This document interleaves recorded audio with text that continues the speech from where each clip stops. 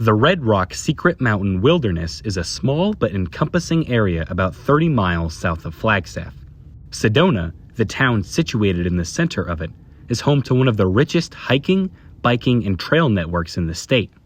Most of the streets in town here dead end into hiking trails, all of which are free to access at any time. Some of the most popular outdoor spots in Arizona outside of the Grand Canyon can be found here in Sedona, several of which you'll see here in a minute, but this video is just a glimpse into the amount there is to do here. The town itself gives off high-end tourist mountain town vibes, but is still cool nonetheless.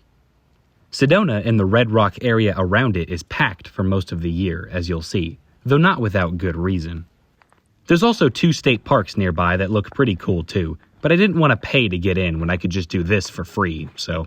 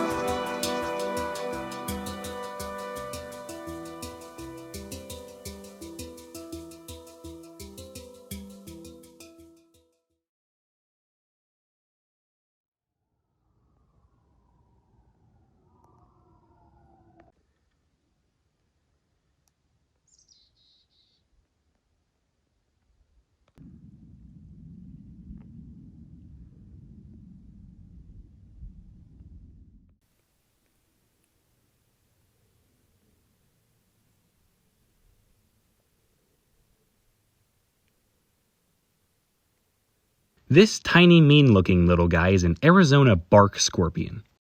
Bark scorpions are the most common scorpions in Arizona, and the most venomous scorpions in all of North America.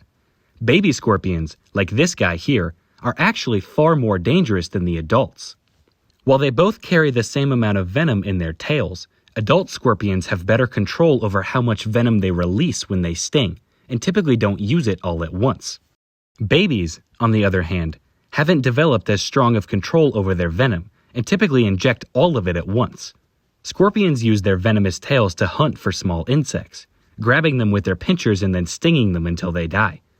They shed their skins during growth, called a molt cycle, the same way that lizards and snakes do, and can typically live for an impressive 5 to 7 years. Most scorpions, including bark scorpions, are nocturnal and only come out at night.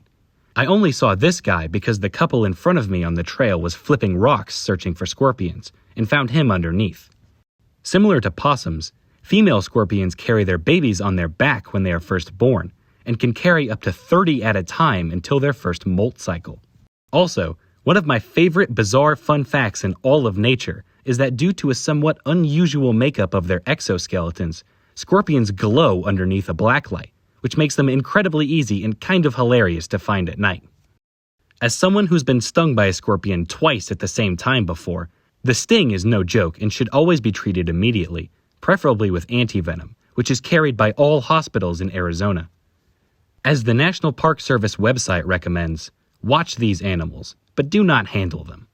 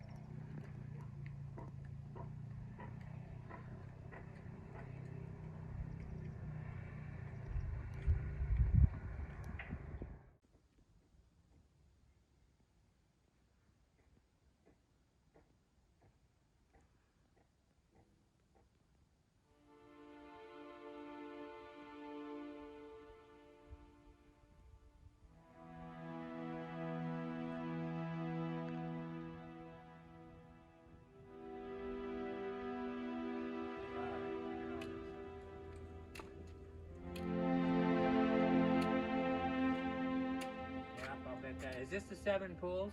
Mm-hmm.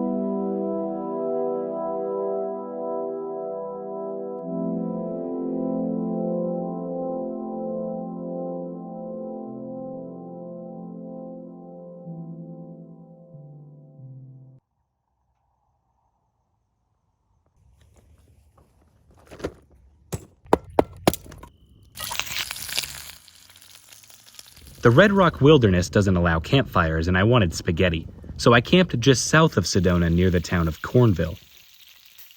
Also, here's maybe a fifth or so of all of the shell casings I found lying around this campsite. That was nice.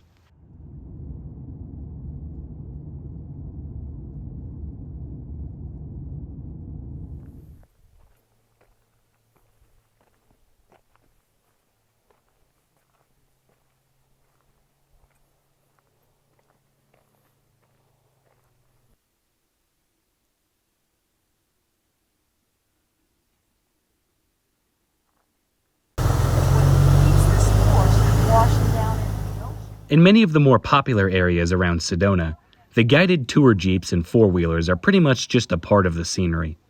Don't get me wrong, there are places around here that are significantly more secluded from people, but for the more popular destinations, plan accordingly.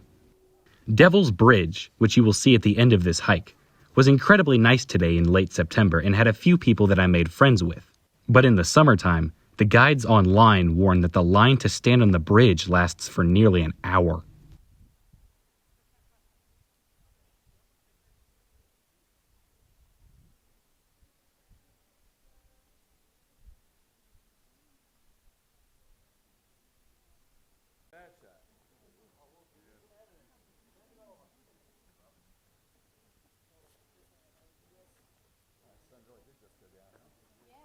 Rock, is that right above the chapter? Yeah, I think you can keep going.